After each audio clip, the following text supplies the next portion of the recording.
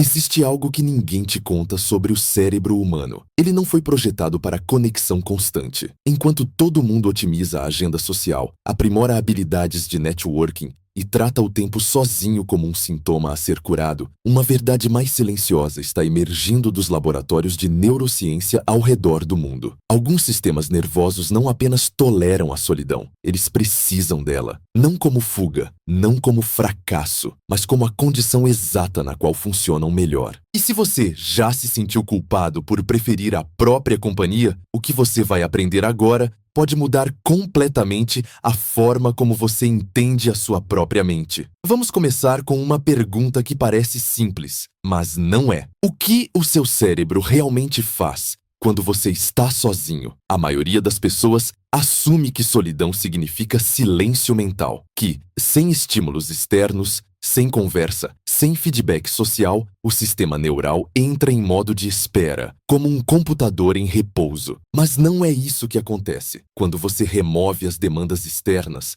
algo notável ocorre. Uma rede de regiões cerebrais, conhecida como rede de modo padrão, entra em atividade. Isso não é um desligamento, é uma mudança de estado. O cérebro sai do processamento reativo e entra no processamento reflexivo, de responder ao mundo para compreender a si mesmo dentro dele. Pense assim, seu cérebro tem dois modos fundamentais de operação. Um é a rede orientada para tarefas, responsável pela atenção externa, interação social e resolução de problemas em tempo real. O outro é a rede de modo padrão, responsável pela consolidação de memórias, pensamento autorreferencial, construção de significado e aquilo que os neurocientistas chamam de planejamento autobiográfico, basicamente, a construção da narrativa de quem você é. Essas duas redes se inibem mutuamente. Quando uma está altamente ativa, a outra diminui. Isso não é defeito, é projeto. Isso significa que pessoas que buscam a solidão não estão evitando ativação. Elas estão buscando um tipo diferente de ativação, um que só pode se manifestar plenamente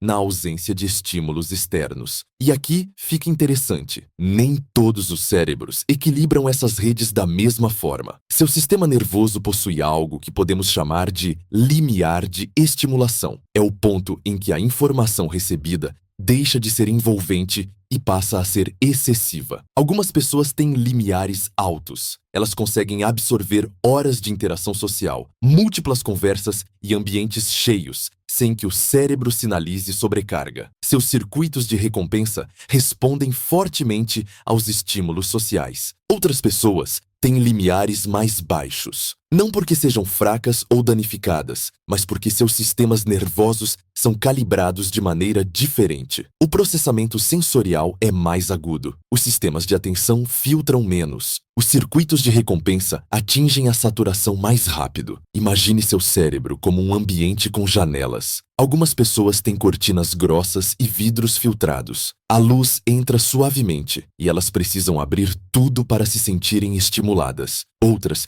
têm janelas do chão ao teto, sem cortinas, luz total. Cada conversa, cada rosto, cada som ambiente chega com intensidade máxima. Nenhuma arquitetura é superior, são apenas diferentes. Para cérebros com processamento altamente sensível, a solidão não é privação, é calibração. É o equivalente neural de ajustar a exposição de uma câmera que recebeu luz demais. Isso explica algo essencial. Por que algumas pessoas saem de uma festa energizadas, enquanto outras saem esgotadas, mesmo que ambas tenham gostado? Não é sobre personalidade, como costumamos pensar. É sobre quanto carga cognitiva o seu sistema nervoso específico consegue sustentar antes de começar a gastar mais recursos do que consegue repor. Durante interações sociais, o cérebro realiza um trabalho extraordinário. Lê expressões faciais, regula emoções, acompanha múltiplos fios de conversa, interpreta tom de voz, antecipa respostas, inibe impulsos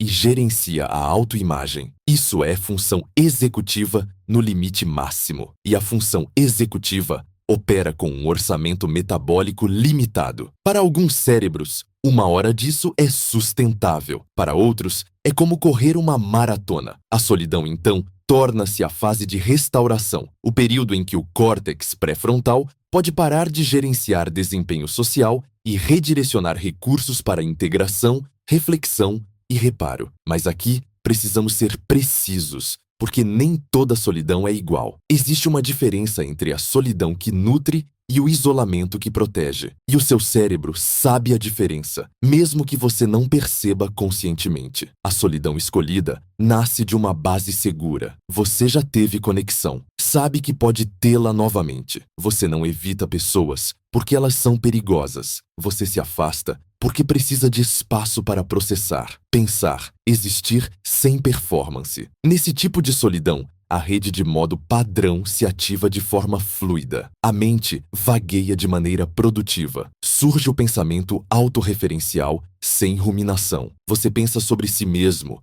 mas não em ciclos de ansiedade ou vergonha, e sim em exploração. O isolamento defensivo é diferente neurologicamente. Ele nasce da detecção de ameaça. A amígdala, o sistema de alarme do cérebro, identifica a interação social como uma possível fonte de dano, rejeição, julgamento, inadequação, fracasso. Então, você se afasta não em direção a algo, mas para longe de algo. Nesse estado, a solidão não ativa a rede de modo padrão de forma generativa. Em vez disso, surgem loops repetitivos de pensamento, ruminação. O cérebro não explora, ele se defende. Na superfície, a experiência pode parecer a mesma. Ambas envolvem estar sozinho. Ambas podem envolver evitar socialização, mas os fundamentos neurais são completamente diferentes. Então, como distinguir? Pergunte a si mesmo. Quando você está sozinho, sua mente se expande ou se contrai? Você tem novos pensamentos, conexões inesperadas,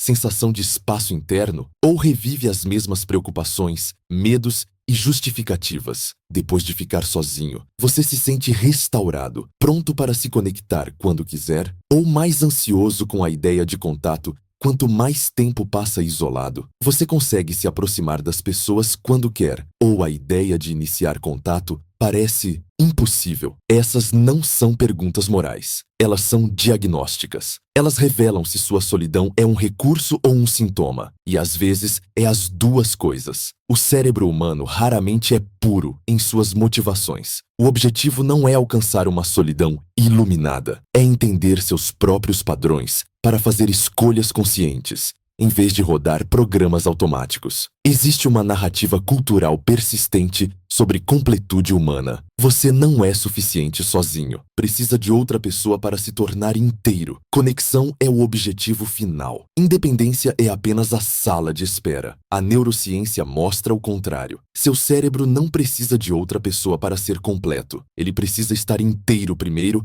para que a conexão seja colaborativa, não compensatória. Quando você não desenvolveu a capacidade de solidão saudável, tende a entrar em relacionamentos buscando regulação emocional externa. Isso cria dependência regulatória. Já quem desenvolveu autonomia neural busca parceria, não salvação. Por isso, paradoxalmente, pessoas confortáveis com a solidão costumam ter relacionamentos mais fortes. Não apesar disso, mas por causa disso. Existe um tipo de pensamento que só acontece na ausência de estímulo externo, o insight. Ele surge quando a rede de modo padrão pode operar sem interrupção, quando a mente vagueia, quando você simplesmente existe com seus pensamentos. É por isso que grandes compreensões surgem no banho, em caminhadas longas ou de madrugada. Esse processo exige solidão sustentada, não minutos entre notificações. Em um mundo de estímulo constante, pessoas que protegem sua solidão não estão sendo antissociais. Estão protegendo o espaço onde seu pensamento mais valioso acontece. Quando você fica sozinho, sua energia se esgota ou se renova? Quanto tempo você aguenta estímulo social antes da fadiga cognitiva surgir? Você consegue ficar consigo mesmo sem distração? Essas respostas revelam como seu cérebro funciona. Solidão saudável e conexão saudável não são opostas. são complementares. Vivemos em uma era que trata a conectividade constante como padrão e solidão como exceção, mas o seu cérebro não se importa com padrões culturais. Ele se importa com o que o faz funcionar bem. Para alguns sistemas nervosos, isso significa tempo sozinho, regular, profundo e sem culpa. Isso não é deficiência, é arquitetura neural. E em um mundo que lucra com sua distração, a capacidade de estar bem consigo mesmo pode ser o ato mais radical de todos. Não isolamento, liberdade.